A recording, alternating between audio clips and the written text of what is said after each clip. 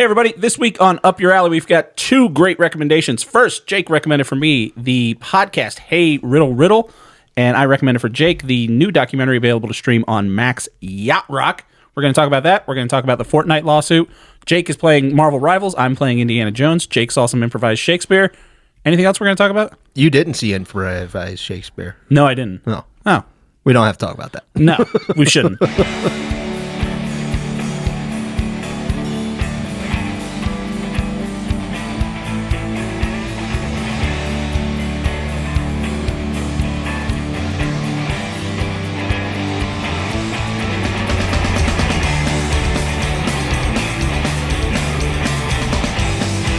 Do you have any idea how badly I want that 30th anniversary PlayStation controller? Oh, yeah. Have you seen it? Oh, yeah. Oh, God, it looks so good. Hey, everybody. It looks so good. Welcome to Up Your Alley. My name is Taylor Edgar. With me, as always, is my co-host, Jake Baggett. Say hi, Jake. Hey, buddy. It's a show where if it's your first time listening, welcome to the show. And also remember to like and subscribe and comment and do all that good algorithm nonsense. If you've been listening this whole time, welcome back to the show. Hey, yeah, welcome back to the show. We're best friends, and we recommend things to each other like all friends do. But unlike most friends, we decided to start a podcast and make the other person watch, read, listen to, or play our recommendation every week and come back and talk about it and grade it on a scale of 1 to 3. This week, like I said, we're talking about the documentary Yacht Rock that I recommended for Jake about the musical genre, and Jake recommended that I listen to a couple episodes of the podcast Hey Riddle Riddle. We'll get to that, but first, Jake, how you doing, buddy? I had a doctor's appointment today. How'd it go? I got ulnar nerve entrapment. What's that in mean? my hand. Where's your ulnar nerve? It's like at your elbow. Oh. Yeah, but it affects your fingers. How does it get entrapped? It gets entrapped in the elbow, Oh, no. just like the movie. How do you free the ulnar? Like, we got surgery. Oh, boy. I got to get them surgery. Wait, on your left hand? Yeah, Are you lefty or righty? I'm a righty. Oh. It's just, I don't know, something that happens. Huh. Yeah, sucks. Is it going to be like a Tommy John situation where you come back stronger? I hope so, because I pretty miss dope. playing the guitar. Oh, yeah, all the finger strength. Yeah, When was the last time you picked up a guitar? like a couple months ago until it was too painful to keep going. Yeah, so that's the only time I would think that could mess up your ulnar, but... It's at my shoulder that it's messed up, so it's just like, How big's this nerve? it goes from the elbow to the fingers. Wow. Yeah. How's it get messed up in your shoulder? Because I would like sit like this with my elbow at the edge of a table or something, and it just gets caught at some point, and then it's all ouchies from there. It's no good, buddy. Yeah. Well, hope everything works out. Yeah, it would be all right. Doesn't affect your video game playing, does it? Yeah, a little bit. A little bit? Yeah. Is that I guess that's your keyboard hand. What I'm happy is the doctor was like, "Oh yeah, we can fix that," and I was Yeah. like, "Oh yeah, Yeah, it's that's been good affecting news. me for months." Oh, well, I'm glad you got it finally checked out. Hell yeah, dude. Yeah. So you've been playing a little bit of Marvel Rivals. Marvel Rivals. I booted Yeah. it up too. What are you playing it on? PlayStation 5. Yeah. Yeah. It's pretty good. Yes, it's really good. It's like Overwatch before everybody was really good at it, and then I couldn't play Overwatch anymore. So I never played Overwatch. I guess I don't think I've ever really played the competitive. I guess what's that genre? Hero shooter? Hero shooter. Yeah. No. Yeah. I never really played any of those. I like this. It's kind of fun. It is good. Yeah. It is very fun. I can definitely see how the online Discord, because I cycled through the subreddit for it a little bit, and it's really, like you said, getting aggressively competitive quickly. Yeah. With Get in people while you saying, can. like, this character's bullshit. Yeah. This person, if you main this character, you're a loser, blah, Yeah. blah, blah, blah. Everyone hates that little shark, Yeah, Jeff. but I think it's It's cute. funny. Yeah, it's a Gwenpool character. When Why it not? happens, I'm like, that's funny. Yeah. 'Cause But again, I'm trying to have fun. so who are you playing as? I started as the Punisher, and I got a lot of mileage out of that. Yeah. Got a couple MVPs out of that. I was Yeah. doing really well until it stopped because I was doing too well. I'm playing against people that are good now. Oh, boy. And now I switched over to Wolverine, and I am enjoying him. I have been playing Hawkeye. Yeah. I enjoy the Hawkeye. Standing in Hawkeye- the back, taking a shot. Standing back, taking a shot, and then if someone gets close to you, you have a trigger attack that's like slashing with your katana. Yeah. It's pretty nice. It is funny seeing. So, if people don't know the game, it's 6v6. Everyone picks a Marvel character. There could be the same character on opposing teams, but you can't have two of the same character on one team. Right. Certain characters have pair up abilities, like, obvious ones like Rocket and Groot can kind of pair up and do stuff together. I think Iron Man can like charge up Hulk. Like he can turn like a Gamma Blast and like power up the Hulk. And then some characters are healers. Some characters are more brawlers. Some people are like support, like Doctor Strange makes teleports and shit like that. You can really see just from standing back in my Hawkeye perch, like the people that are just kind of running up and button mashing and the people that know what they're doing. Yeah. Without fail, the people, if I'm watching someone be like, oh, this guy knows what he's doing. At the bottom, since I have cross-platform on, that person will have a little PC icon next to their name, and the people that are just running up and button mashing like me have the little PlayStation controller next to their name. Yeah. Which, I mean, for a free game, that's great. That's what I'm saying, yeah. The skins... So many of us are in here just to, like, check it out. The skins are expensive, though. I'm not spending $18 on that. For a cosmetic thing. No, that's not happening. Jeez, I guess when you open up a game, you're like, hey, let's see what we can get. And I mean, I get that it's free. Right. I would have spent $20 on this. Yeah, I think, how much was Helldivers? Like 30? Yeah, it was $30, wasn't it? Yeah. That game is incredible. Worth every cent. Yeah, I still think that that's a better game than Marvel Rivals. Yes, 100%. I don't know why I deserve the game comparison, but... Well, I'm just saying, like, money-wise. If Helldivers was free, I could see them... Because they do have microtransactions but they also give that you can get. Yeah. Yeah. And those things are like, ooh, I really want that. And they're like, it's $5. And they're like, that's kind of hard. That's kind of a sweet cape. Yeah. It's like, I want it. Yeah, it's like, I could not go out to lunch tomorrow. I could bring in food. I don't need a latte tomorrow morning. I'm going to get this sweet-ass cape. Right. But, yeah, I think it is an aggressive out of the gate. I wonder if the marketplace is going to adjust itself and be like, all right. Because if I had a free service game, I would come out swinging for the fences on price, too.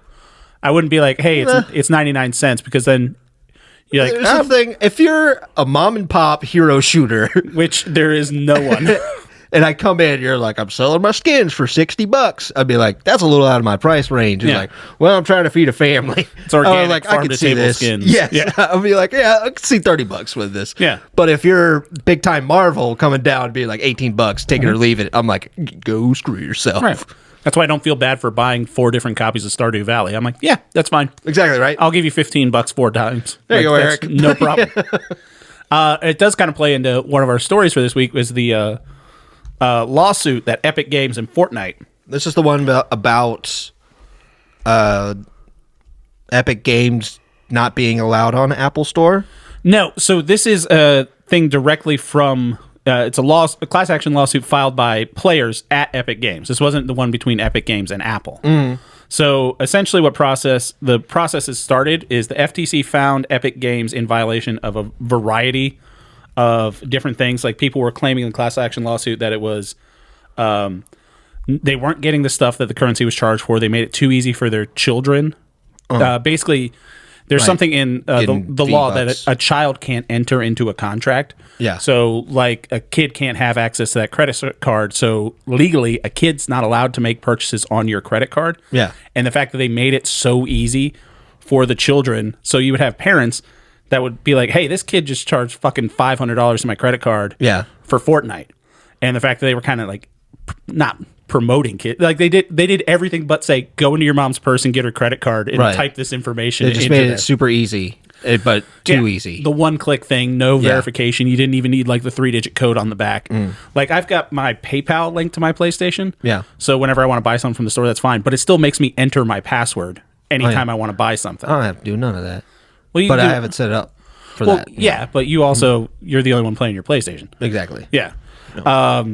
So if I had kids, I would like to set it up. Exactly. Like, my kid's Nintendo account, like, she'll ask me sometimes, she'll be like, hey, can I get this? Like a Fortnite thing or something like that. And I'll be like, yes, you can get that specific thing. But, I have to approve it on my account. Regardless, they didn't have any of those safety guardrails on there. So if you were a victim, and this is, a big thing. This is a huge company, Jake, and they got sued. Don't you love it when a big company gets taken down a peg? It never happens, but yes. Yeah, isn't that great? The small-time consumer can get up to $114. Knew it. I knew it. Yes. I knew it. We got to give these to millions of people. Exactly. You're a billion-dollar company. So they were found. It's so fucking dumb. So you can receive approximately $114. Epic Games, the response from them is... If we get sued, we have to pay. It, like, ruins us. Yeah. Right? But a company, you can't get ruined. You can't do that. Jacob, we can't give things away because I still have Spotify top listener presents that have gone unclaimed. So at this point, I'm just going to start handing them out to fans of the show I see on the street. Because, Hey, that's possible. Well, I think I also may have over-ordered the amount of prizes. But Just keep them, and we'll Roll think it of over? other random things. other events. There's a good month where we could give out a couple of these. Yeah. Yeah, that'll work. That's the biggest month for the podcast. But anyway, so Epic Games, they said that they acknowledged the settlement, stating their commitment to being at the forefront of consumer protection and enhancing player experiences.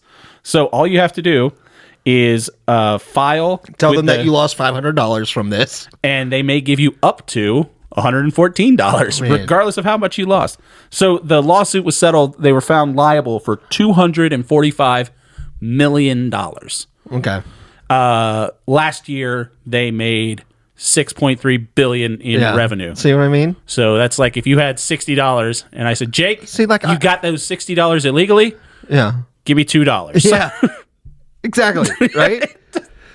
What's the point, man? It's just the wool over the eyes is amazing. Yeah. You know? But when It's you hear right out there in the open. when you hear the number, they have to pay $245 million. You're like, holy shit. Exactly, right? People hear a big number. It's They like made $6 $6 billion. and this That's is nothing. No, and this We're getting 245 is 250. for crimes they committed allegedly, or things they were found liable for over a span of 5 years. Yeah. They made $6 billion just last year. Yeah. It's so absurd. Yeah. It's so silly. It's but made I mean, is it better than nothing? benefit the worst people in the world. Mm-hmm. This doesn't go back to the developers. This next- doesn't go to The next companies that are making going to the be game better. Since we don't have advertisers, I can talk shit about online gambling platforms, but they're going to be the next people that get found liable for this. Like it's going to be something that there's going to be a class action lawsuit for all these Yeah, at some online point, sports sure. gambling, and they're going to have to pay. I'm sure their thing will be like, oh, they have to pay out $1.4 billion, and it's like, great, how much they make last year? $25 billion. Yeah. It's going to be just stupidity. It's a cost of doing business. It's going to be Epic again. They're going to get sued. They're going to be found liable, and they're going to be like, we can give you $800 in V-Bucks. Yeah. For your problem. How would you like that? Yeah. And then everything in the store is going to cost 805 V-Bucks. Yes.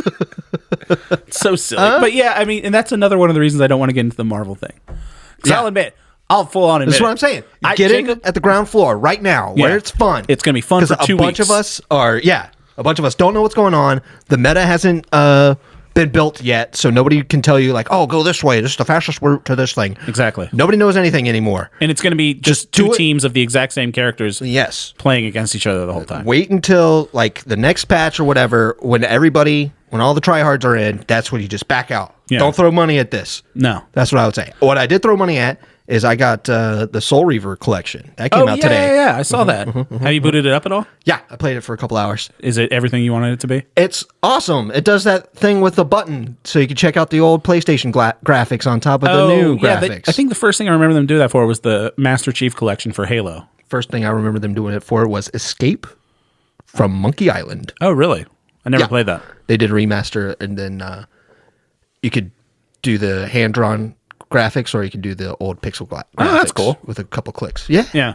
But, I mean, that tying a bow on the end of that Fortnite discussion, when you're talking about getting into the meta, the same thing I ran into with the Pokemon trading card game Pocket. Playing online against people was fun until now there's like a rotation of 4 different decks that, everyone that you play against, it's like, okay, this guy puts out a Mewtwo first. I know what he's doing. Yeah. And then, this person puts out an Articuno. Got it. I know what this guy's about. And then every now and again, you see someone that's doing something different. Yeah. And you're just like, Pidgey. Interesting. I care about where this is going now. And it's just weird. There's people that are going to be involved with these games that are like, I have to be the best at this. Right. And I will throw as much money, as much time as necessary to be the best. And I think there's something to be said for the fact that they say, it's not pay to win.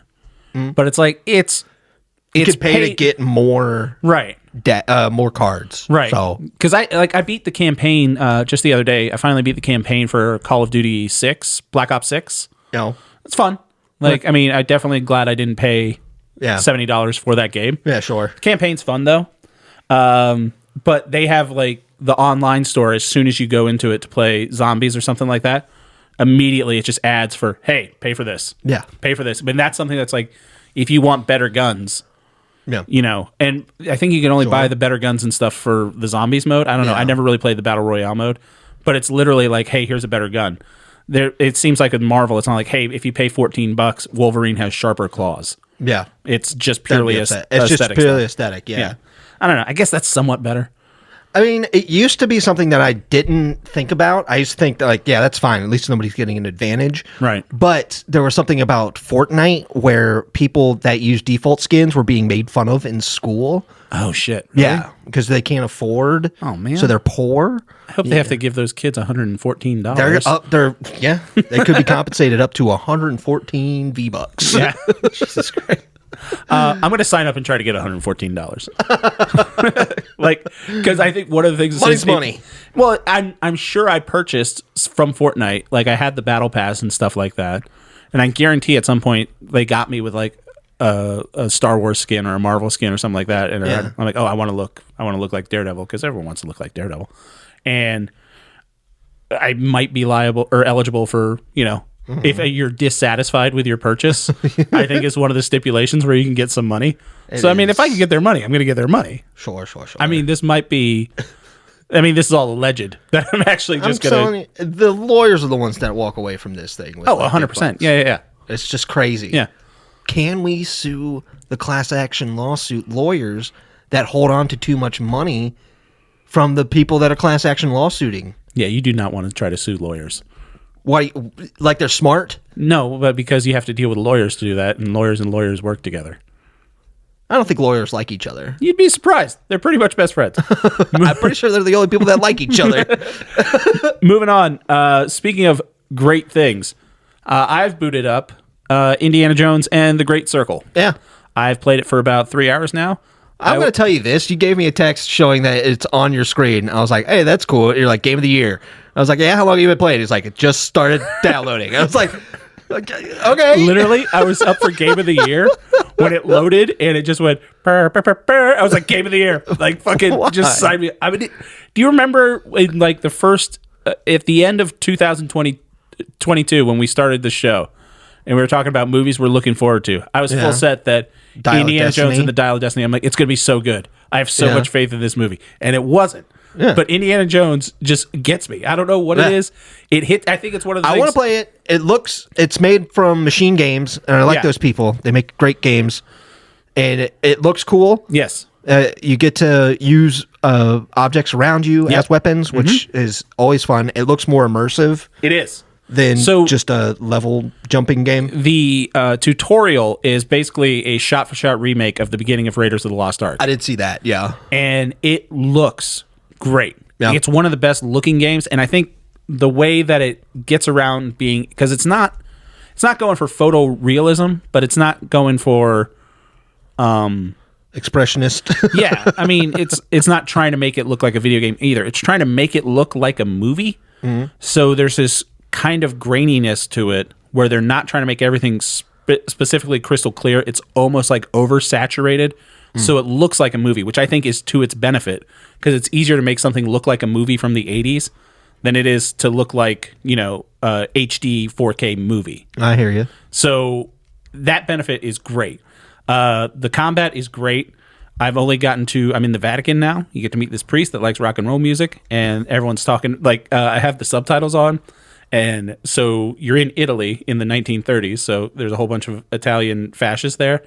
And so, like, you know, in the subtitles when someone's talking, it'll say, like, guard. Yeah. Or, you know, like, whatever the hell the person's generic NPC title is. Mm-hmm. It just says fascist. I'm just like, oh, that's awesome. I'll hit a fascist in the face with a wine bottle. And then you do. And then Indiana Jones, like, took money, and he just said, fascists don't need money. And I'm like, no, they don't, Indy. Good job. Indy hates fascists. I will say this. How's the voice? I'm just about to get there. Oh, yeah. So, looks just like Harrison Ford. It's surprisingly good. Even, like, at the beginning, everyone's probably seen Raiders of the Lost Ark that listens to this. So, you don't really see Indy for the first little bit of that. And then there's like this reveal where he comes around in shadow and he's got his fedora on. And it's like, holy shit, that's Harrison Ford. They did the same thing. And I'm just like, oh, holy shit, this is really good. There's something with the eye movement where it looks better, like in the cutscenes. like when he's just like walking, the eye movement doesn't look fake. Like it's very, very. You mean the movement of the character's eyes? Yes, exactly. Like in a cutscene. Okay. That's great. The voice, it's Troy Baker. Troy Baker probably. Oh, really? Best known in video games for being Joel from The Last of Us. He's known for being every voice in every video game. Right, but I mean that was his big thing where he was not just the voice, he was the character. You know what I mean? Because he like put on the mocap suits for that and everything. And you settle into it. He's not really doing an impression. Like there's a couple people that do good Harrison Ford impressions, like voice actors and people like that. And like I've heard it online. And there's this guy Ross Marquand that does a lot of voices. He does a great Harrison Ford impression. And this isn't really an impression, but it does give like you settle into it, and it sounds like Indiana Jones. All right. The guy that does the Marcus Brody voice, I don't know his name, but he fucking nails it too. And Marcus Brody is just charming and British and befuddled the entire time.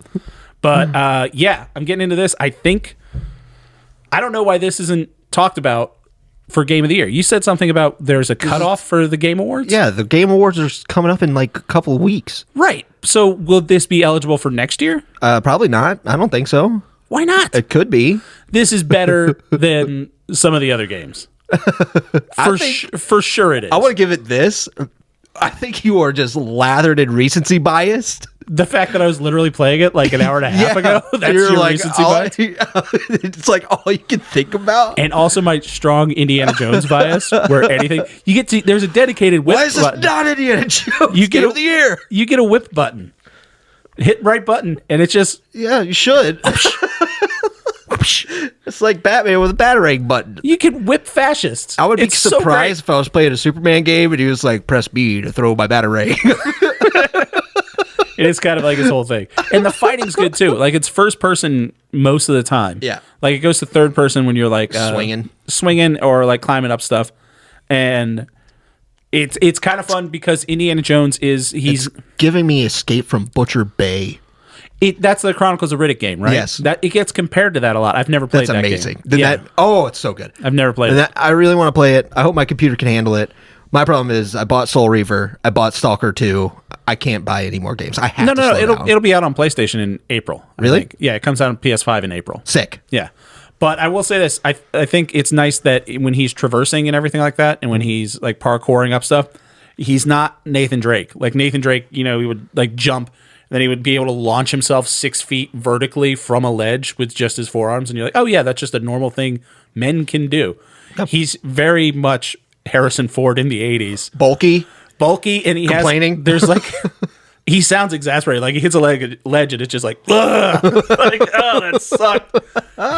And like he has like a stamina meter when you're hanging, and it's like, like you're hanging on a ledge, and like you slowly just see it like dip down. It's like, hey, Harrison Ford can't hang on this ledge forever. I will give a game a 10 out of 10 if you are a seated character to a standing character, and you go, just an old man getting up. It's talking about old man. I do it. I'm a young man. No, we're not. All right.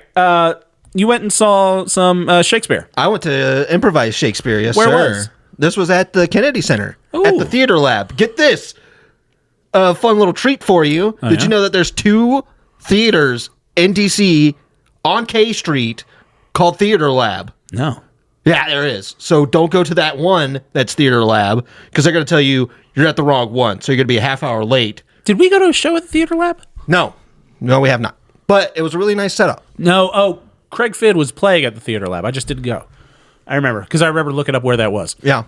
But one Theater Lab was wrong. That was just my problem. Yeah. Well, but we got there. It was great. Improvised Shakespeare is a whole lot of fun. It's kind of fun. It's one of the best running jokes that those guys did when they were doing this is when they were playing characters that were in love, were finding awkward ways to make out. And like just contorting their bodies in really weird ways. Horny theater kids. It's a really horny theater kid thing to do. Yeah. But one of them was just like, lift me up. And he's like already bending him over, like dipping him in a dancing position. He's like, I'm going to throw my feet up. Was this a local thing or was it a traveling group? A traveling group. That's fun. Yeah. It's got some of the people from Dropout. Oh, really? Yeah. That's fun. Mm-hmm. Yeah. It was a lot of fun. Very funny. I had a great time with it. I love improvising. and I like seeing people having a great time with it. So what makes it improvised Shakespeare? Is it just the They don't dialect? do a Shakespeare. They come in. They say we want a suggestion for a title, and this one was. So it's not just like we're going to improvise No. a new version of Midsummer Night's Dream or something They like come that. up. There's like, give us a title of a play, and we'll make it a Shakespeare play. Oh, okay. And ours was 21st Birthday, and then from there they went, nuts, being like, Sounds like it. I'm going to be in a drinking game. Then it turned into a party that is a drinking game to impress a woman. And then It's very Shakespeare. a guy named the Penelope shows up after a while, carried in by bees, going. This makes zero sense to me. So he had to be there. It's one of those. Clearly. But Well, that's all improv. a lot of their lines start with, as this is thus, or I say to thee. That's what makes it Shakespeare. Is it... And the pants that they're wearing. Because I've seen Drunken Shakespeare, which is similar. Yeah, it's So similar. where it's just like fun, but they're actually trying to do a Shakespeare play. Yeah, they're trying Just to be getting, Shakespeare. Yeah. getting drunk. How much are they able to do the iambic pentameter? No. Which kind of falls by the wayside. Yeah, it falls by the wayside almost immediately. I mean, you kind of get into a rhythm and you can sort of just speak like that. You can feel it when it happens. Yeah. And then it's like, I feel like I'm watching a Shakespeare show. Yeah, like you're riding the crest of a wave when you're surfing, something like that. You're just like, oh, okay, we're doing it. Because, somebody's going to say something that's really weird, and then everybody just starts laughing. Yeah. And then gets off the rails a little bit. But it's all in good fun. I had a great time. Well, speaking of improv getting off the rails a little bit, let's get into our recommendations for the week. First, Jake's recommendation for me, the improvised podcast. Well, I guess all podcasts are improvised. No. Well, most podcasts are improvised. There you go. But this one actually has improv games in it, so is it an improv-based podcast? Hey, From Riddle, improv actors. Yeah. improvisers, Yeah. some would say. Yeah. Hey, Riddle. Jake, how'd you find out about this? What made you want to recommend it? It was a suggestion from Chris, friend of the show, a while ago, because he was like, you remind me of JPC. I want you to check it out, see how much. JPC would be John Patrick Cohen, one of the hosts of the show. And I was like, yeah, I'll check it out. But then I ended up just sticking with it because I think these three people are very funny. So, yeah, it's Adol Rafai. Sorry, that's how you say his name. Aaron Keefe and John Patrick Cohen are the improvisers. The conceit of the show is they do riddles. They try and solve riddles. And then Lateral thinking games. they can kind of request a improv scene based on something that the riddle made them think of. It's a very light conceit to the show, much like this show. Yeah, where at one point we had a scoring system. Yeah. They're just having fun. Yeah. It's just funny people doing funny things. Just funny people doing There some was fun an stuff. entire episode called the sweater episode where they spent the entire hour making fun of Aaron Keefe's sweater that she decided to wear. Oh, boy. Yeah. Poor her. To the point where the sound engineer even comes on. He's like, Aaron, I'm just going to need you to turn your microphone down. Your sweater is way too loud. Yeah, so it's a good show. Like, you can tell these guys got a lot of chemistry. But I mean, I think that's something that works with. How long have they been doing this show? This has been 3 years. 3 years? No. Way longer than that. Well, I mean, yeah, they've been doing. Yeah. They're on episode 330 something that I listened to. So yeah, it must have been a long time. Yeah, they've been doing it for a while. 6 years, probably something like that. Yeah, I think in one of the episodes, I listened to like 3.5 episodes. Just like I did the most recent one, and then I kind of just clicked randomy ones. Yeah. At one point, they mentioned something about like 2019. So I'm like, okay, so they've been doing this. They've been doing it for a while. Yeah. I like how they take emails from riddles from fans. Yeah. But they're going in chronological order, and they're just now breaking into 2020. Oh boy. Yeah. That's really fun. A lot of good interaction. Yeah. Must be nice. We can't give away prizes on this fucking podcast. Savages. Blame the audience is the best thing that you can do. Exactly. If you want to keep an audience, make sure that you're hostile to them and you're upset that they're not acting the way that you want them to. And if they come at you, you give them $114.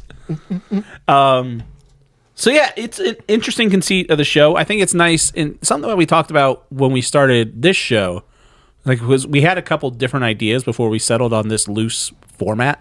And I do kind of like the shows that have, a bit of a conceit to them. I mean, I like the interview style shows depending on who the interviewer is. Yeah. It's very few shows that I'll listen to where it's someone like, I'm going to sit down and talk to this person. We're just like, because that was kind of how a lot of podcasts started out. Interviews. And then, I mean, there are just like news podcasts as well.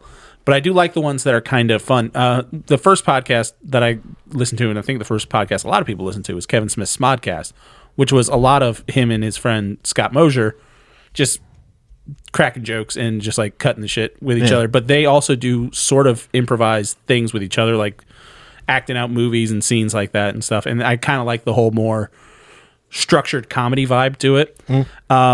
This show, the show that I think it reminds me of the most is an Australian show called Do Go On. And that's three, they're not, the two of them are comedians. One of them's like a radio host and comedian. Speaking of Australia, Oh boy. you know what I've been doing? What? I've been going back into Auntie Donna's old stuff. Oh yeah, they just announced they're going to have an American tour next year. Oh, for real? Yeah. Let's go and see that if we could, please. They have a thing where they have a request of where you can, they're trying to book the American shows. Apparently it's a pain in the dick to come over and perform in America. Sure. And I think last time they came over, the closest they came to us was New York. Okay. Which is a big, I mean, I saw them in DC 2019. Yeah. But I don't know. The $30 bottle of wine sketch. One of the funniest sketches. That's one of the best sketches I have ever seen in my Why life. their production company is the Haven't You Done Well Productions. Oh, haven't you done well? Yeah. Oh my gosh, it's so funny. Yeah, Auntie Donna's the best. Yeah. The guy, or Zach and Broden from Auntie Donna have both been on Do Go On. I think Mark has as well. But it's a guys, Dave Warnicki and Matt Stewart and Jess Perkins. And the conceit of that is they have a topic. One of them writes an essay about it, and then the other two just kind of talk shit while they're giving the essay. And they have a huge back catalog of like weird historical events, people and shit like that. And just fascinating. And it's just one of those things where the group chemistry sells it. And this is definitely one of those shows. Yeah. Like if it was just a bunch of dickheads trying to do riddles, be like, Right. this is the Sure. least interesting thing. Where it sounded more like these three guys got together and it wasn't like, I want to do a riddle podcast. Right. They were like, let's do a podcast together because we're so good at making each other laugh. Right. Making others laugh. Yeah. Well, So professional improvisers. Hopefully they're good at making Yeah. people laugh. Yeah. They did a show together for a while that I guess they still do sometimes called like World News, where Okay. they try and look at news topics for the day Yeah. and riff off it and do little improvised scenes. And it's funny to listen to them because it's like some days the news is just real sad. Yeah, they brought that up on one of their most recent episodes. Yeah, right? Like they talked Where about Erin was talking about how she went out for like the entire show and got 0 laughs. I think They couldn't break the audience Yeah. for nothing. I do say I can. I think the hang up some people might have about this is there is definitely improv can be kind of an inside baseball thing, especially with like it's anything that follows any type of theater where it Right. feels like there's a lot of rules that you need to follow or understand. and there's definitely an audience that Yeah. appreciates it more than Sure. most. It's Yeah. like a lot of people think improv is just whose line is it anyway, Right. Sure. and it's not really. Like that's fun little. I mean, most of what whose line is it anyway? When I did Those are improv games. Those are like warm up games, Yeah. essentially. Those are. I remember someone that did improv in college said that those things are just like they're magic tricks. It's like this works easily. We know how to make this funny. Yeah. And then people like when Ben Schwartz and Thomas Middleditch did their whole just 2-man long form improv. Yeah. That's a completely different Improvised animal. Shakespeare was 2 hours of people improving. Yeah, You know, definitely cool. You can't do the party guest Right. improv game Yeah. for 2 hours. Although I will say, Auntie Donna, going back to them, does have the most upsetting guessing game in the world, which is very funny. hysterically funny. But I could also see why someone would watch that and be like, "This is the dumbest." There's a thing reason I've that ever it's seen. called that. Yeah. Yes, because it is the most upsetting guessing game in the world. Yeah, this the podcast definitely gets a 2 from me. Yeah. like it's good. I'm very. I think they're great hosts, great chemistry, but it's just one of Not your type of comedy. not really. I mean, I definitely think it's funny, and I would laugh at it, but I'm just like, okay, but it's just one of those. I don't know. It didn't super click with me. It didn't click with me for a 3, but I'm just like, it's 2. Like, I think it was funny. I think they're very funny. I definitely have it all by queue. Yeah. But it's not something like I'm going to go and listen back. Also, they have a lot of ads, which I get. I mean, their ads are long. You got to make money. Yeah. Luckily, we don't have that problem because we're coming into some Fortnite money. We have jobs. Yeah, and the ads, you know, they're good. I don't know. I feel like they're too long, but I guess they meander. You have to do it. I get that they got to do it, but it's not that they're doing a bad job. It's just that ads suck. Right. And listening to them can, especially like, because I like listening to them. I binge them. You know, at work, podcasts are something that I can listen to, and hearing the same. Hey Adam. Hey Aaron. I got a bone to pick with you all the time. Drives me nuts. That's understandable. I mean. I think another game-ish podcast that I really like is there's. Have you heard of Are You Garbage? No. So it's a podcast. 2 comedians, Kevin Ryan and H. Foley. They're both Philadelphia guys. They live in New York now, but the podcast is they have other comedians on, and it's basically like almost like a Defend Your Life show where they try to find out if the person's classy or if they grew up garbage, just by like asking them like, "Do you ever have milk with dinner?" Yeah. And it's just like kind of a setup of a way to let people shine. Which is like, there's certain, if you know how you're funny, then you kind of find a way to make that funny. Like these people know how they're funny and they know how to play off of each other. So when they could do a joke, it's just like, hey, I want to see a scene about, I think one of them that I listened, the most recent one was like a monkey on a jury or something like that. And it's like, okay, they can make this funny. Yeah. And then it's just when you find those type of people, it's like, yeah, I know this is always going to be good content. Yeah. Yeah. So, I mean, it's that sort of thing. They're I think there's maybe like 3 podcasts that out of the 20 that I'm subscribed to that I listen to every single episode. But it takes a lot for me to get to be like, oh, this is good. Like even Do Go On. I don't listen to every episode. I see what the category or what the topic is. Yeah. I mean, I think it's still on their Patreon, but I mean, that's just me being nice. I love improv. Yeah. I love seeing this type of stuff. Definitely if I had heard this before you recommended it, I would have recommended it to you. Right. For the same reason, I guess Chris did. Yeah. Friend of the show. But yeah. Yeah, so it's a 2. I liked it. Thank you for recommending it. Yeah, you're welcome, buddy. Yeah, it's hard to talk about a podcast because I'm just like, No, I just like the thank you. Thank you. This has been a very uplifting. Thank you. You know, I appreciate you. I hear you. Man. I see you. You know what? I appreciate you being here. If I can recommend anything to you anytime, dude. Let's recommend something that I recommended to Jake, which is the new documentary on Max called Yacht Rock. A documentary. Doc. Oh. DOCK. Because it has Apple products in it? I thought so. Absolutely, that's why.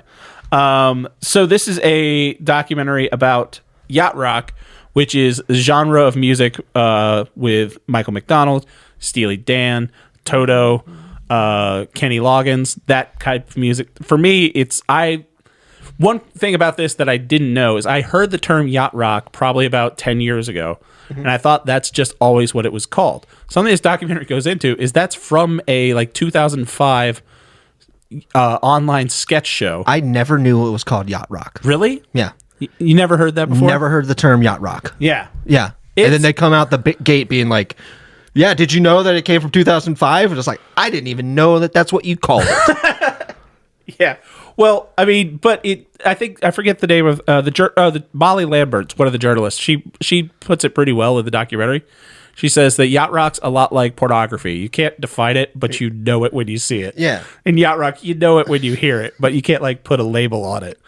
It has some great people in this. Talking about it, Thundercat and Questlove are like 2 of the more hip hop based people that get a lot from yacht rock. Fred Armisen's in this. Briefly, Fred Armisen's always great. At the beginning and at the end of it. When else do you need Fred Armisen? You see him for a split second at the beginning going, I like this music. And then at the end, he's like, yeah, I like this music. Yeah. And then you have some of the people talking about it. Kenny Loggins, Michael McDonald, the Picaro brothers. A couple of those guys just talking about it. I really like this documentary because I think the whole point of it, there's no spoilers because it's a documentary, but there's a point of this that Questlove from The Roots, he's talking about how he was once defending Yacht Rock to Anthony Bourdain. Yeah. And then he made a Spotify playlist called Dear Anthony, which is just in defense of Yacht Rock. And Questlove has a 55-hour Yacht Rock playlist. And I put it on in the car. I was taking my mom to an appointment she had. And I just popped it on. And immediately it starts playing What a Fool Believes. Yeah. And my mom's like, I love this song. And I was like, you goddamn right you do. Every one of those songs hits. Yeah. And it reminds me of, it's music my dad grew up listening to, or he was listening to it when I was growing up. And it just hits a vibe. And it's music that I just love. And I appreciate it a lot more than I thought I did. And I've been grooving off to Yacht Rock for about a week. Yeah. And Jake's quiet, which means here comes a rebuttal on why he hates this music and everything about it. I love this music. Do I grew you? up with this music. Yeah. Like Steely Dan's one of the best bands, period. There it Like of all time. Steely Dan is up there. Yeah. I grew up listening to all of this music, you know? I think most people did our age. Yeah, whether you wanted to or not. Like they say, you're going to hear this in a store. You know, I think Questlove called it dentist office music. It's there. Yeah. You know, I've listened to working at Wawa. You know, I listen to this music every day, and it was my favorite when that came on because that means that the pop music was stopping for just a sweet, sweet few minutes. God, are you happy you're not working retail in December? Every time I walk in, Christmas music and nonstop. This is my favorite time of year, honestly. Really? It's 1 month out of 12 where they play different music. Huh. Yes, I'm absolutely ecstatic.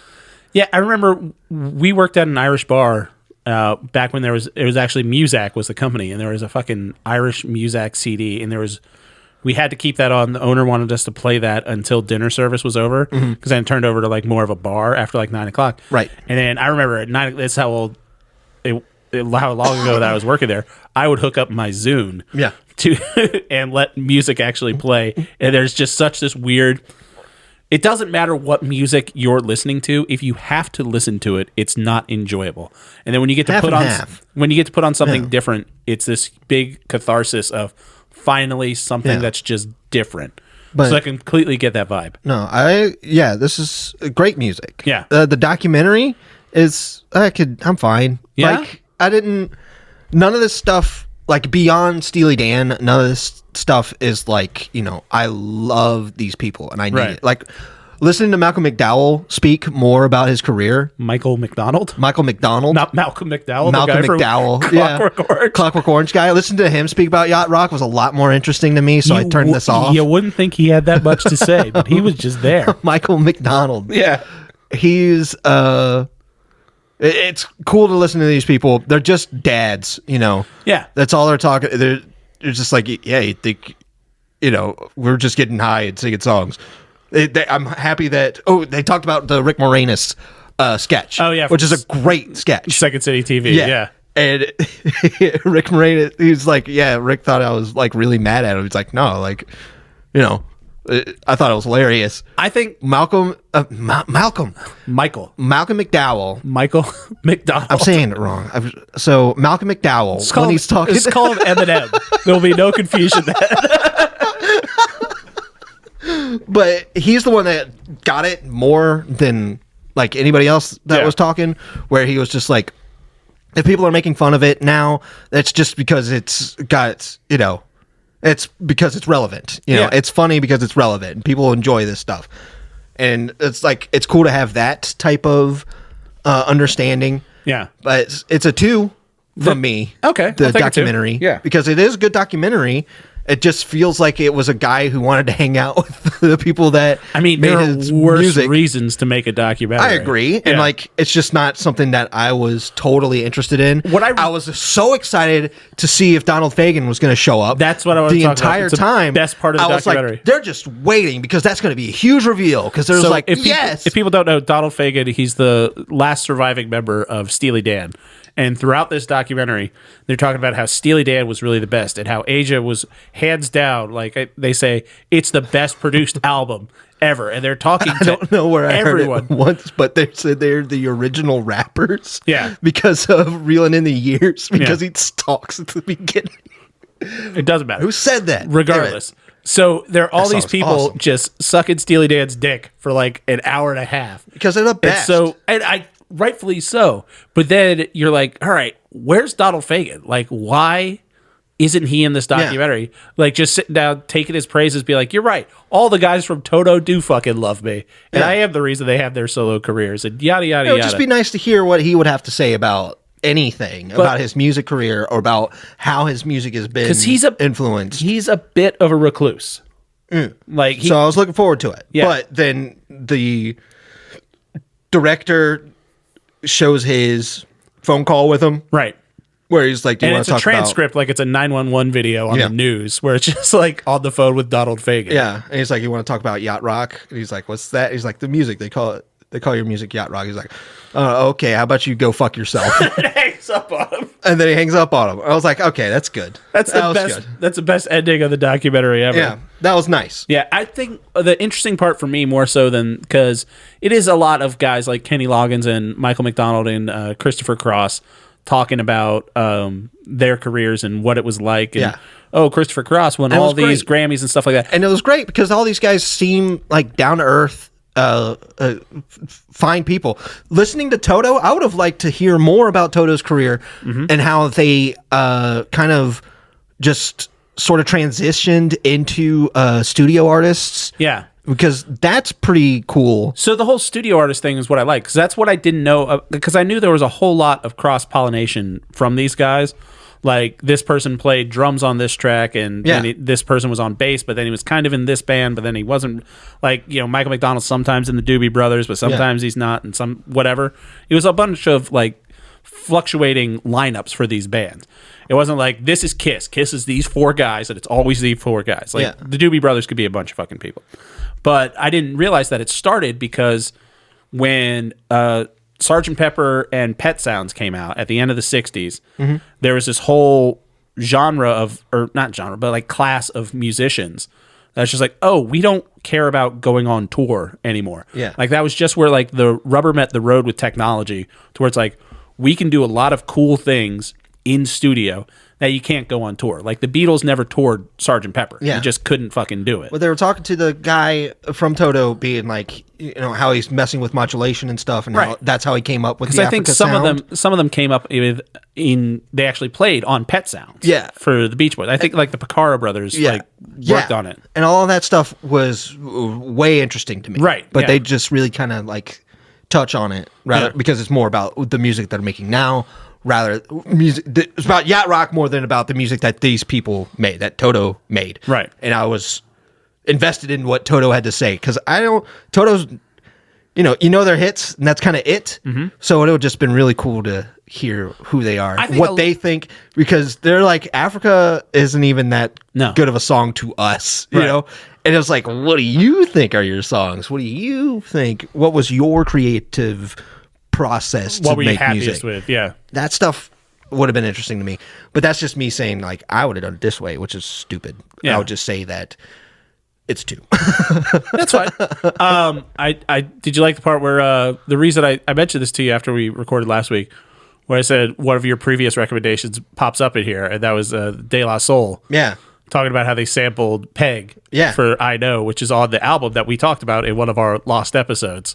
Well, it was on 3 Feet High and Rising. Yeah. Isn't that the one we talked about? But the song was called I Know. Right, No, yeah. We talked about 3 Feet De La High. Soul is Dead. No, I thought we talked about 3 Feet High and Rising. Maybe.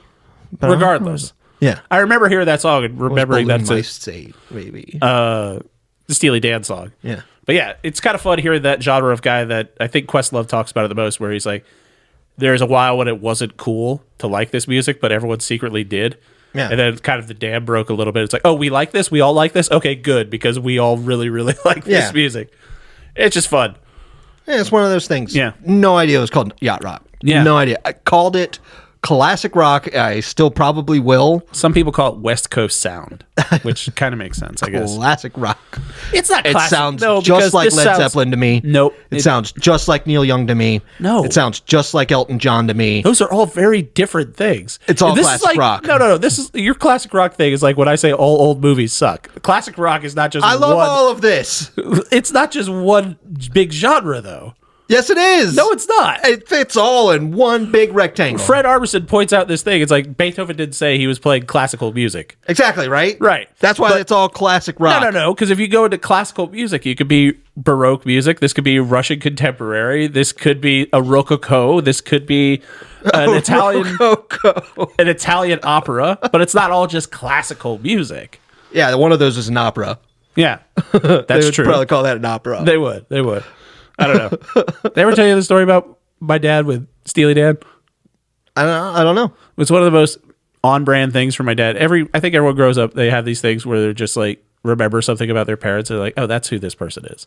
My dad used to have a 5-disc CD changer with like the double tape deck. Right. And you can make tapes off of like a bunch of CDs, program up, yada, yada, yada. And I remember when he set that up, he had the big like speakers that are like 4 feet high off the ground. Like he was very, early 90s. This was Great the shit. audio equipment. Yeah. And he had like a LP player on top of it. It was that kind of sound system that was cool.